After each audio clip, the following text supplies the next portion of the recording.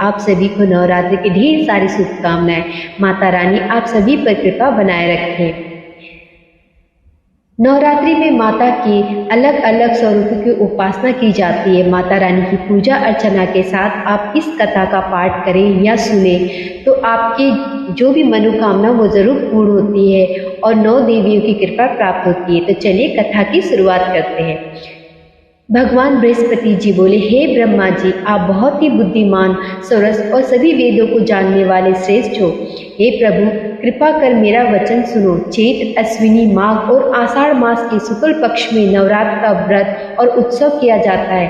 हे भगवान, इस व्रत का फल क्या है, किस प्रकार करना उचित है और पहले इस व्रत को किसने किया, ये आप हमें विस्तार से बताइए। बृहस्पति जी का ऐसा प्रश्न सुनकर ब्रह्मा जी बोले, हे बृहस्पति, प्राणियों के हित के लिए तुमने जो इच्छा जाहिर की है, अच्छा प्रश्न किया है। जो मनुष्य मनोरथ पूर्ण करने वाली देवी महादेवी सूर्य और नारायण को ध्यान करते हैं वे मनुष्य धन्य है। यह नवरात्र व्रत संपूर्ण कामनाओं को पूर्ण करने वाला है। इसके करने से पुत्र चाहने वाले को पुत्र, धन चाहने वाले को धन, विद्या चाहने वाले को विद्या और सुख चाहने वाले को सुख मिल सकता है। इस व्रत को करने से रोगी मनुष्य के रोग दूर हो जाते हैं, मनुष्य की तमाम विपत्तियां दूर हो जाती है, उसके घर में संपूर्ण संपत्तियां आकर उपस्थित हो जाती है। समस्त पापों को दूर करने वाले इस व्रत को करने से ऐसा कौन सा मनोरथ है जो सिद्ध नहीं हो सकता है। यदि व्रत करने वाला मनुष्य सारे दिन का उपवास न करे तो एक समय भोजन करे और उस दिन बांधों सहित नवरात्रि व्रत की कथा श्रवण करे। हे बृहस्पति, जिसने पहले इस महाव्रत को किया है उसका पवित्र इतिहास में तुम्हें सुनाता हूँ, तुम सावधान होकर सुनो। इस प्रकार ब्रह्मा जी के वचन सुनकर बृहस्पति जी ओम बोले, हे ब्राह्मण, मनुष्य को कल्याण करने वाले इस व्रत के इतिहास मेरे लिए कहा, मैं सावधान होकर सुन रहा हूँ। आपकी शरण आए हुए मुझ पर कृपा करो। ब्रह्मा जी बोले, पिठत नाम के मनोहर नगर में एक अनाथ नाम का ब्राह्मण रहता था। वह भगवती दुर्गा का भक्त था। उसकी संपूर्ण सद्गुणों से युक्त मानो ब्रह्मा की सबसे पहली रचना हो ऐसी यथार्थ नाम वाली सुमति नाम की एक बहुत ही सुंदर कन्या पैदा हुई। वह कन्या सुमति अपने घर के बालकपन में अपनी सहेलियों के साथ क्रीड़ा करती हुई इस प्रकार बढ़ने लगी जैसे शुक्ल पक्ष में चंद्रमा की कला बढ़ती है। उसका पिता प्रतिदिन दुर्गा की पूजा और होम किया करता था। उस समय वह भी नियम से वहां उपस्थित होती थी। एक दिन वह सुमति अपनी सखियों के साथ खेलने गई और भगवती के पूजन में उपस्थित नहीं हुई। उसके पिता को पुत्री की ऐसी असावधानी देखकर बहुत गुस्सा आया और पुत्री से कहा कि हे दुष्ट पुत्री, आज प्रभात से तुमने भगवती का पूजन नहीं किया, इस कारण मैं किसी कुष्ठी और जय माता दी दरिद्र मनुष्य के साथ तेरा विवाह करूंगा। इस प्रकार कुपित पिता के वचन सुनकर सुमिति को बड़ा दुख हुआ और पिता से कहने लगी कि हे पिताजी, मैं आपकी कन्या हूँ, मैं आपके सब तरह से अधीन हूँ, जैसी आपकी इच्छा हो मेरी विवाह कर सकते हो। वही होगा जो मेरे भाग्य में लिखा हो। मेरा इस पर पूर्ण विश्वास है। मनुष्य न जाने कितने मनोरथों का चिंतन करता है, पर होता वही है जो भाग्य में विधाता ने लिखा है। जो जैसा करता है उसको उसी के कर्म के अनुसार फल मिलता है, क्योंकि कर्म करना मनुष्य के अधीन पर है और फल देव के अधीन है। जैसे अग्नि में पड़े हुए तृण भी उसको अधिक प्रदीप्त कर देते हैं, उसी तरह अपनी कन्या के ऐसे निर्भयता से कहे हुए वचन सुनकर उस ब्राह्मण को बहुत ही क्रोध आया। तब उसने अपनी कन्या का एक पुष्टि के साथ विवाह कर दिया और अत्यंत क्रुद्ध होकर पुत्री से कहने लगा, जाओ जाओ, जल्दी जाओ, अपने कर्म का फल भोगो। देखो, केवल भाग्य भरोसे रहकर क्या करती हो। इस प्रकार से कहे हुए पिता के कटु वचनों को सुनकर सुमिति अपने मन में विचार करने लगी, अहो, मेरा बड़ा दुर्भाग्य है जिससे मुझे ऐसा पति मिला। इस तरह अपने दुख का विचार करती हुई वह सुमिति अपने पति के साथ वन चली गई और भयानक वन में कुशायुक्त उस स्थान पर उन्होंने वह रात बड़ी कष्ट से व्यतीत किए।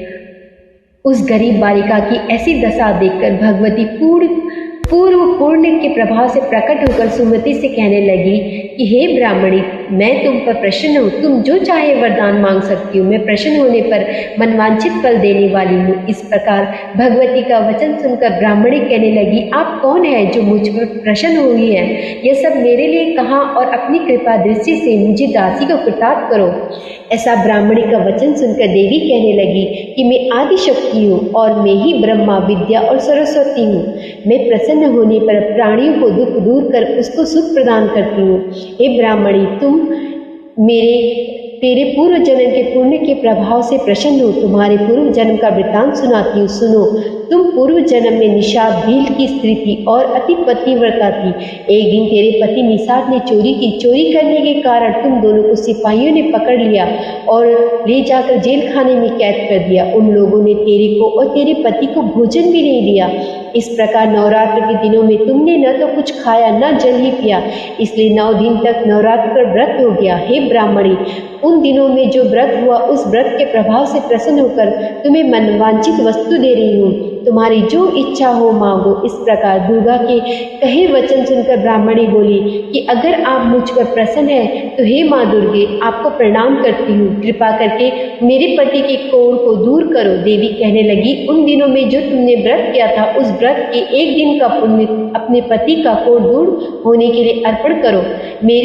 मेरे प्रभाव से तेरा पति कोढ़ से रहित और सोने के समान शरीर वाला हो जाएगा।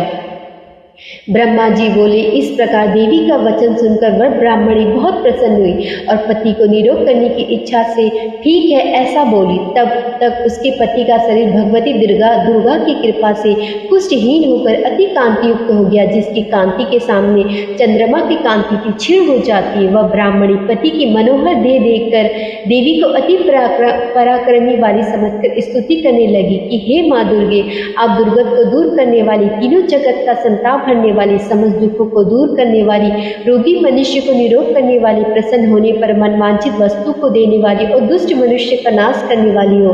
तुम ही सारे जगत की माता और पिता हो। हे अम्बे, मुझ अपराध रहित अबला की मेरे पिता ने कुष्ठ के साथ विवाह कर मुझे घर से निकाल दिया। उसकी निकाली हुई मैं पृथ्वी पर घूमने लगी। आपने ही मेरा इस आपत्ति रूपी समुद्र से उद्धार किया है। हे देवी, आपको प्रणाम करती हूँ, मुझ दीन की रक्षा करो। ब्रह्मा जी की हे बृहस्पति। इसी प्रकार उस सुमति ने मन से देवी की बहुत स्तुति की। उससे की हुई स्तुति सुनकर देवी को बहुत संतोष हुआ और ब्राह्मणी से कहने लगी कि हे ब्राह्मणी, तुम्हारे उदय नाम का एक अति बुद्धिमान, धनवान, कीर्तिमान और जितेंद्र पुत्र सिद्ध ही होगा। ऐसा कहकर वह देवी उस ब्राह्मणी से फिर कहने लगी कि हे ब्राह्मणी, और जो कुछ तेरी इच्छा हो वही मनवांछित वस्तु तुम मांग सकती हो। ऐसा भगवती दुर्गा का वचन सुनकर सुमति बोली कि हे भगवती दुर्गे, अगर आप मेरे पर प्रसन्न है तो कृपा कर मुझे नवरात्रि विधि बताइए। हे दयावती, जिस विधि से नवरात्र व्रत करने से आप प्रसन्न होती हैं, उस विधि और उसके फल को मेरे लिए विस्तार से वर्णन करें। इस प्रकार ब्राह्मणी के वचन सुनकर दुर्गा माँ कहने लगी कि हे ब्राह्मणी, मैं तुम्हारे लिए संपूर्ण पापों को दूर करने वाली नवरात्रि व्रत विधि को बतलाती हूँ, जिसको सुनने से तमाम पापों से छूटकर मोक्ष की प्राप्ति हो जाती है। अश्विनी माक्ष के शुक्ल पक्ष के प्रतिपदा से लेकर 9 दिन तक विधि पूर्वक व्रत करें। यदि दिन भर का व्रत न कर सके तो एक समय का भोजन करें। पढ़े लिखे ब्राह्मण से पूछकर घट स्थापना करें और वाटिका बनाकर उसको प्रतिदिन जल से सींचे। महाकाली, महालक्ष्मी और महासरस्वती की मूर्तियां बनाकर उसकी नित्य विधि सहित पूजा करें और पुष्पों से विधि पूर्वक अर्घ्य दें। बिजोरा के फूल से अर्घ्य देने से रूप की प्राप्ति होती है। जायफल से कीर्ति, दाक से कार्य की सिद्धि होती है। आंवले से सुख और केले से भूषण की प्राप्ति होती है। इस प्रकार फलों से अर्घ्य देकर यथा विधि हवन करें। खांड, घी, गेहूं, शहद, जौ, तिल, भीम, नारियल, दाक और कदम, इनसे हवन करें। गेहूं होम करने से लक्ष्मी की प्राप्ति होती है। खीर व चंपा के पुष्पों से धन और पत्तलों से तेज और सुख की प्राप्ति होती है। आंवले से कीर्ति और केले से पुत्र हो।